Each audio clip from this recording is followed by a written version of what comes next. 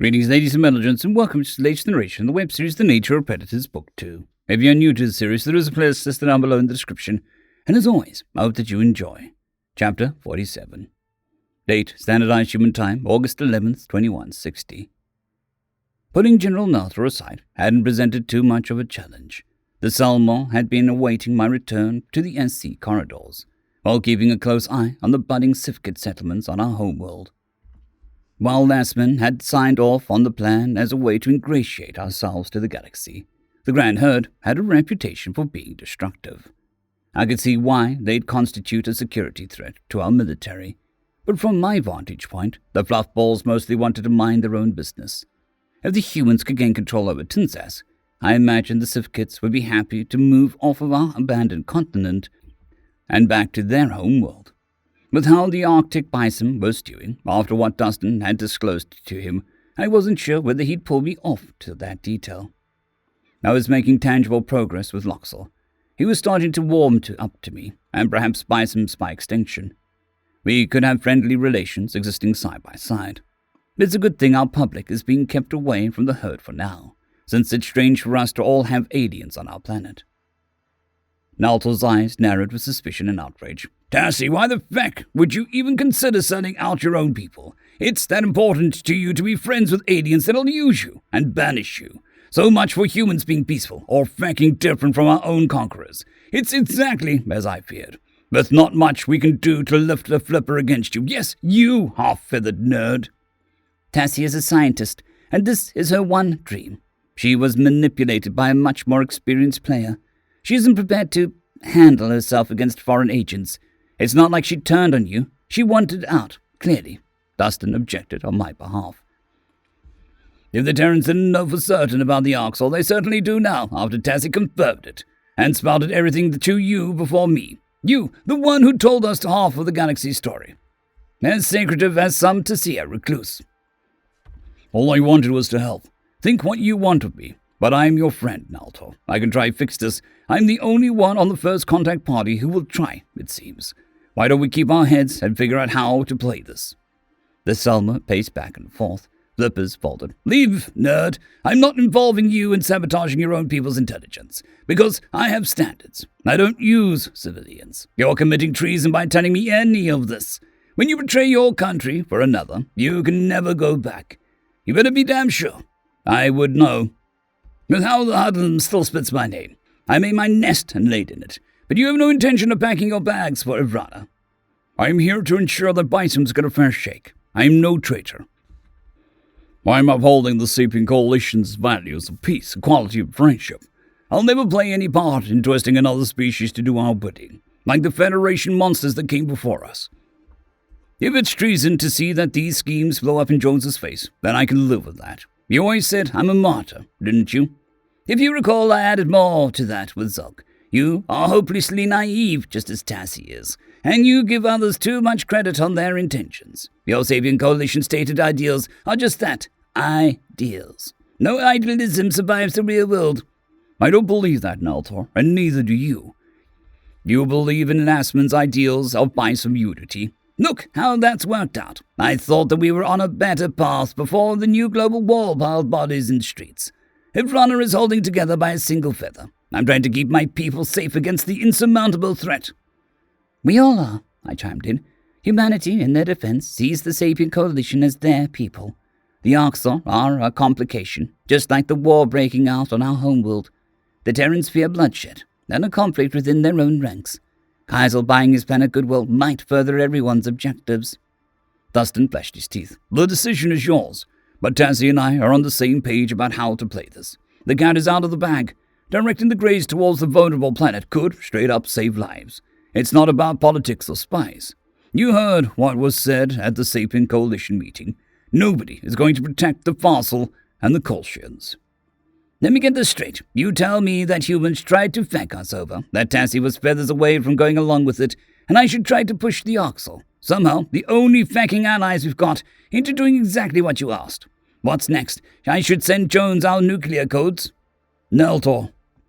The best weapon you have is making Jones feel like she's in the driver's seat. I know that you know how a double agent works. You control exactly what is sent to her. and can steer her wrong at important spots. My idea is that, to beat back any questions about contacting the Oxel, document this exchange, make it look like Bison's reached out and got the Greys to turn their ships towards Tusk. Then Jones has nothing to even bluff that she can use against you. Its eventual value in the SE's eyes, exactly as you intentioned. This would still involve Tassie being used as an intelligence pawn, Dustin. I've tried to keep her safe, to protect her from the brunt of the ugliness out there. It hasn't succeeded, I answered bluntly. If it had, I wouldn't have been targeted by Terran intelligence. That speaks for itself. The human nodded, curly mane bouncing against his pale forehead. This is beating Jones at her own game. Personally, I think that you'd have a tough time persuading Kaisel to save Arthur. The Kolshians' collusion with Batterment is why his people were starved for many years. But Tusk is a different story. This is part of what Jones wants, is stopping an enemy that's in our space and killing indiscriminately. Biceps can't possibly be at odds with that aim, especially when we still haven't had a clue who attacked the Tessia. Naltal's beak parted with frustrated breaths. As he weighed Justin's argument in his head, I heard you when you told me how many worlds were destroyed, when the Orcs first roamed the galaxy. We don't need any more. Fucking infuriated as I am at your people, I'd rather humans win the war than the Cloakerbeaks, who'd use civilians as fodder. But don't think for a second that I'm over this. I'm not over this either. When the United Nations learns what was done to a newly contacted species, let's just say I'll do everything possible to ensure this can never happen again for future first contacts. None of this was on my list of hypothetical first contacts, I mumbled. We've already muddled in matters we shouldn't have, but there's still a chance to push this in a positive direction. The Oxel are breaking quarantine anyway, and with Kaisel's past misdeeds, he might as well help to save lives. The Salma tilted his puffy feathered head. Past misdeeds? Kaisel participated in raid against the Cradle, and ate Gojit's live. That's part of why I felt so guilty over helping him in the first place. You can't make this crap up. Aliens suck all round them. No offense, Dustin. None taken. You really haven't had a good luck with most of us, or found any bit of extraterrestrial history that didn't have blemishes in it, the human sighed. You should be wary of both the Oxor and us. Biceps have to take it one day at a time, and try to find what's the right thing to do. Idealism won't actualize itself. What do you say that we try to give Kaisel a push towards Tusk? I need to contact Lassian intelligence agencies. I'll recommend authorizing your plan, but that's not a decision I can make alone. I hope Tassie remembers which planet she belongs to as well. The Salma stormed off down the hall, Holopad making its way into his flippers. I turned a grateful gaze towards Dustin, glad he'd done most of the talking. Without a friend to defend me, I wasn't sure I could bear Naltal's harsher judgment. The positive news was that the Lassian general had given no indication that he'd take me off the Sifkit or SE diplomatic missions, and had agreed with the suggested course correction on the Oxal policy. Right now, the enemy drones were still crawling through the outskirts of their target's territory, since they were slowed by disruptors. Nonetheless, our time to rally a rescue party wasn't infinite, even if we had gained a few extra weeks. I couldn't help but remember the Oxal leader's specific wording and learn that he'd always been willing to come to the defense of non-herbivores. They'd have to see if Kaisel was willing to consider the idea of aiding an old enemy, saving their planet, just as his kind had once done for Earth. It might give us the best odds of success if we convinced him that this was for the good of Bisons, the Osas, and humanity, rather than simply to save the fossil homeworld. What kind of notes would be left in my file after finding out I'd been contacted by a foreign government? General Naltal wouldn't keep that to himself, I imagined. I was the first Bison to be approached by an alien intelligence apparatus. We'd not only need to divert diplomatic resources to the stars, but also covert ones to deal with these affairs. Lastman had much less information on the Terrans than they had on us, from observing us before first contact. When I went to check on the Salma's call, I thought I heard a mentioned intelligence sharing arrangement with the Yodel. It was certainly an idea, one that, if accepted by the technocracy, might put a permanent end to their opposition. It'd steer them away from undermining our SC status. The Yodel technocracy are quite active in the espionage sphere, according to what Nudia first told me about them. She said that they were paranoid, with a habit of spying. Naltor was paying attention much more than his flippant attitude would have shown. The question of what they might want from a fledgling species like us was one I already had to answer to. The Yodel would definitely expect us to back losing the Oxel, which would dig us deeper into the debacle. That was, unless they were willing to do it out of sympathy for a fellow uplift. Bisoms did have common ground to play into with them. Surely they would respect us trying to gain respect amongst the Sapien coalition, just as they had to fight for every square inch with the Federation. General Naltor was a much more jaded, seasoned individual, so I was more certain that he could consider the playbook much more thoroughly than myself. It'd be nice if the marsupials would support the Tulsk agenda, since they had the leverage on the Oxel Collective. But I doubted they'd have any sympathy for the fossil. "Penny for your thoughts?" Dustin asked, as I waited for any word back from Naltor. I tugged at my feathers from stress, slicking them with natural waterproof oil. We might be involved in the outcome of an alien war with an entire planet at stake, not to mention the spot this puts Lassman in, as a neutral observer in the Bison War. Zulk already mistrusts outsiders, and hearing that aliens try to manipulate us "Wouldn't surprise me one bit," the low voice said from behind me. "They're at war, and that trumps all other concerns. They want to see what they can get from us. Whatever anyone says, they don't give, really. You have to assume any foreigners are out to get you." The chill ran down my spine, realizing that the seer overheard my words. "Zulk, can we not lump all foreigners in one basket? We're both foreigners to you," a flummoxed Dustin replied. "Humans try to invade us just from within. Naltor told me," Zulk commented. "You did well to rebuff their attempts and notify your superiors, Tassie." Is that the version of events Naltor is telling other Bison? I'm glad he protected me, and even more relieved that I didn't sell him out. Telling Zulk when he doesn't trust the Tassir at all is certainly a shocker. "Yes, she did. The doctor was too smart to fall for any manipulations," Naltor chirped, waddling through the doorway. His eyes met mine, an unspoken message laced into his words. "Zulk and I began our secret meddling in the Oxel jailbreak together. It's a problem for both of us now. We knew it could attract attention if we were discovered." The Tassir scratched his head feathers. "Dustin, could you please give us some room? You might have helped us, but you are a foreigner, non-Bison intelligence." The xenobiologist bobbed his shoulders, locking eyes with me to ensure that I'd be all right left alone. "I understand why you wouldn't want a United Nations employee listening right now. I'll be in my quarters if you need anything." "Thanks, Dustin," I said with sincerity, as the primate marched from the conference room at a brisk pace. Zulk waited for several minutes in silence, checking the hallway in paranoid fashion to ensure Dustin was gone. "As Naltor was saying, we have a common enemy, one that we can't match up against. The humans can't crack our communications, so we've decided to use them to coordinate with Lassman on alien affairs.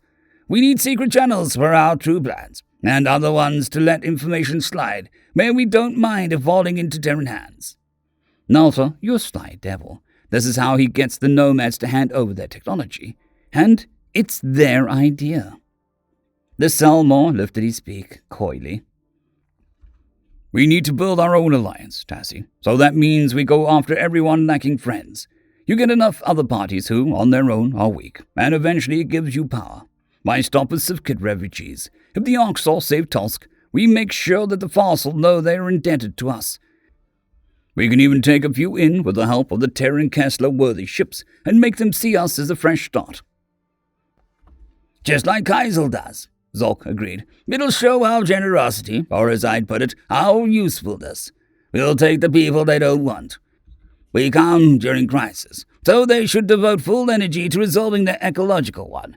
Maybe they'll even pretend to care about the Starlight incident. Take in some of the Osas, raise them, and we have our own carnivore alliance. With the fossil, Yodel, and Sivkits intermixed, and hopefully the SC off our backs. An unlikely team that'll serve as a buffer between us and the anti-carnivores, while the Coalition thinks we're just helping them out." "That's a nice plan, but I'm not sure if we should take people from Tusk. The wider SC doesn't want them let out any more than the Oxel. If everyone hates the fossil, do we want an official alliance with them?" I asked. "It's called covering our tail feathers. We show it as healing the galaxy. The Orcs and the Fossil working together. It shows that they've changed. We can take credit for that. All we have to do is get Kaisel to agree to go to Tusk, and he's basically committed. We do this together, here and now, documenting it so that we can show the SC our true plans. Human intelligence won't know what hit them, Zolk cackled. Shall we begin, Tassie? I forced my composed look on my face and moved towards where Nalta had situated a camera. I'm ready. Let's get Kaisel to save Tusk. General Nalta had begun routing a video call through our backdoor channels with the Oxor Collective. They had tucked warships away in our space as gifts after our previous tip about the Osas. However, we couldn't dare to retrieve them, at least not until we had political cover for an open alliance with the Greys. General Jones wouldn't expose us even if we did make a move on them, but there were other SC observers in our solar system that could catch a glimpse by chance. I tried to imagine what Ambassador Loxel would think of this half-baked plan to include him in an alliance with the Oxor, and one of the founders who stole Tinsas for his people. The Grand Herd might not be easily sold on joining this compact, especially with how they spurned all aliens for decades. I might have gotten out spying on my people, but I still have to conceal this from Loxel. I feel like I'm making headway with Sifkit. He's not all bad, and I've been enjoying seeing his literary catalogue. A grizzled, lengthy grey snout appeared on screen, with vertical pupils staring directly at us from amid amber irises. Biceps, do you have something to report from the coalition of leaf lickers? Yes, I spoke up, as Nalta nudged me. There is an opportunity for Oxor heroism in this war. You're passing by Tusk, which has very little support. We know that. Whoever attacked the Osas is probably behind the drone force going towards them. You could remind the galaxy of how the Collective saved worlds, as well as showing off how you've strengthened your military. Tusk, the Fossil, one of the Federation founders, we do not like these species. We also have zero intelligence on the enemy's capabilities, and we cannot afford severe losses during our declaration of strength. My citizens and military would doubt me. The humans have not challenged us, and that makes me a leader they respect. Zulk scowled. You asked us to help you lobby for your quarantine to be lifted. You need something to point to get their blessing, to push the narrative away from the escape. You get the humans to accept your aid in the war, and you've basically forced them to officially condone your release. If it hasn't been long enough for you to move past your grievances with the Fossil, why would the SC forgive you? Show the galaxy it's time to move on, I prompted. Establish that the Collective stops raids rather than commits them. There needs to be some solid evidence that you've changed. Most importantly, you'll prove your usefulness to humanity and to your subordinates. Nobody would dare mess with or question you if you were victorious against the force Earth lost to.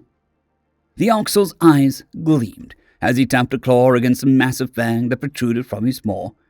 We were once very useful to humanity. They seem to have forgotten.